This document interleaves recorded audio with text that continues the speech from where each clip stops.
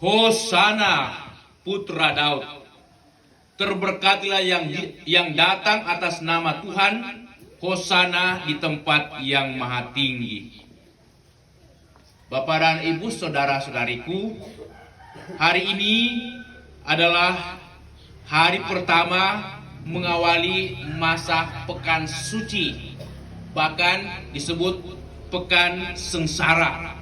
Mengapa disebut pekan suci atau pekan sengsara? Karena mulai daripada hari ini sampai pada hari Minggu depan ada begitu banyak perayaan-perayaan yang syarat makna yang akan kita lalui, yang akan kita rayakan. Di sana kita akan merayakan bagaimana seperti pada hari ini, bagaimana Yesus memasuki kota Yerusalem dan disambut oleh begitu banyak orang. Ramai sekali orang menyambut karena mereka sudah lama merindukan Sang Raja, Sang Mesias untuk datang di tengah-tengah mereka di kota abadi, kota suci bagi mereka. Itu. Lalu selanjutnya, hari-hari selanjutnya kita akan merenungkan bagaimana Yesus sebelum sengsaranya berkumpul bersama dengan para muridnya, mengadakan perjamuan malam bersama, dan dalam perjamuan malam itulah muncul satu perayaan atau sakramen yang maha mulia yang disebut sakramen Ekaristi, karena ada perjamuan makan bersama. Yesus menyampaikan suatu nasihat dan bahkan wejangan-wejangan apa yang harus dilakukan para muridnya ketika nantinya Yesus sudah meninggalkan mereka. Lalu pada hari Jumat kita akan memperingati Yesus yang wafat. Ternyata raja yang kita eluk-elukkan hari ini nanti pada hari Jumat akan mengalami kematian, bahkan sampai pada itu level yang paling hina, dibuli, dipukuli, diludahi, ditendang, bahkan mati disalibkan secara konyol. Tetapi pada malam Paskah dan Paskah pagi yang dua-duanya wajib kita lakukan, bukan salah satunya kita ikut, tapi dua-duanya wajib kita lakukan. Itu di sana kita mewartakan kemuliaan kebangkitan Tuhan serta kemuliaan kebangkitan kita dari dosa dan keselamatan yang kita terima. Nah, Bapak Ibu, saudara-saudari, itulah sebabnya disebut pekan suci tetapi sekaligus juga pekan sengsara. Nah, hari ini kita mengawali dengan mengeluk-elukan Tuhan kita Yesus Kristus Sang Raja masuk ke kota Yerusalem. Dalam perayaan ini ada begitu banyak simbol-simbol yang syarat makna. Pertama, kita mengenakan simbol daun-daun atau ranting-ranting pohon, daun-daun palma. Ada juga yang pakai daun tabang. Itu juga suatu simbol. Bapak Ibu, saudara-saudari, hari ini ada dua bagian besar. Awal ibadah atau awal perayaan kita tadi, rakyat kita semua penuh sukacita bersorak gembira. Hosana putra Daud. Terberkatilah dia yang datang atas nama Tuhan. Hosana yang datang di tempat yang maha tinggi. Kita menyanyi, ya, Yerusalem, kota abadi. Tetapi dalam bacaan yang panjang, bacaan Injil, bagaimana drama kematian Yesus. Yesus dipaksa untuk mengakui tuduhan orang banyak, dan Pilatus tidak berani terhadap tekanan orang banyak, malah dia cuci tangan.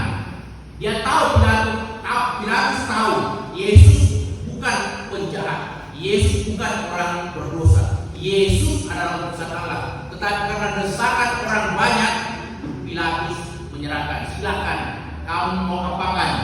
Dan orang banyak berseru, bebaskan Barabas, salibkan Yesus. Dengan geram mereka mau menyalibkan Yesus. Orang yang sama berseru-seru tadi, Hosana putra Daud, terberkatilah yang datang atas nama Tuhan. Lalu dalam sekejap mereka berteriak, salibkan Yesus. Bapak dan Ibu, saudara-saudariku, sebenarnya gambaran orang banyak adalah gambaran sebagian daripada kita. Kita mudah saja percaya kepada Yesus saat kita senang gembira, saat kita senang, sukses, sehat walafiat. Tetapi ketika kita mengalami banyak cobaan, tantangan, banyak masalah dalam hidup, mudah kita berubah pikiran, mudah kita beralih keyakinan. Karena itu Yesus mengatakan kepada kita di dalam bacaan Injil ini, dia mengatakan, tidakkah kamu sanggup berjaga-jaga 1 jam saja dengan aku? Berjaga-jagalah dan berdoalah, supaya kamu jangan jatuh ke dalam pencobaan. Roh memang penurut, tetapi daging lemah. Roh itu kuat, roh itu baik, tetapi daging itu sangat lemah. Bapak Ibu saudara-saudari, ketika kita tidak lagi berdoa, ketika kita tidak lagi memuji-muji Allah dan beribadah, di sana kita kehilangan kekuatan iman kita. Ketika datang tantangan, kesulitan, salib kehidupan, mudah kita tercemar dan iman kita mulai luntur. 1 minggu yang lalu ada seorang bapak di Gentengan datang kepada saya.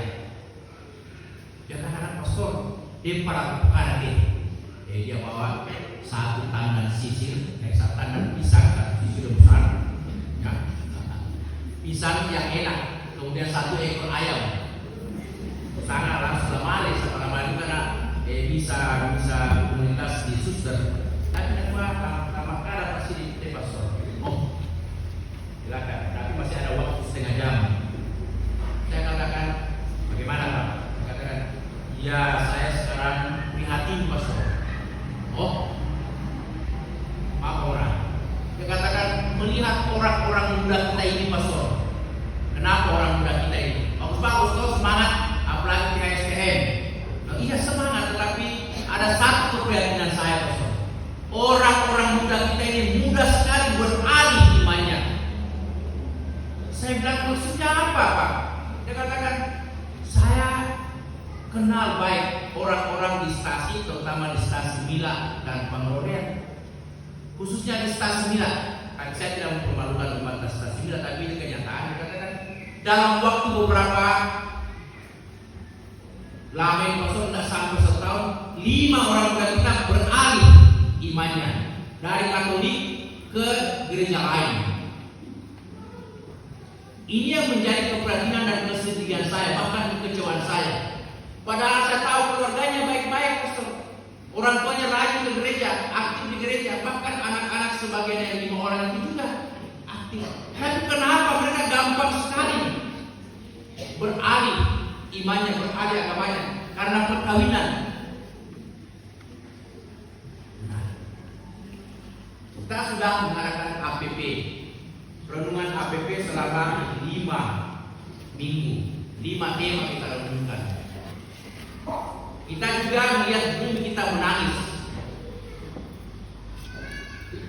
Alam kita ini juga sedih karena kita merusakkan alam kita dan karena berbagai macam kemiskinan.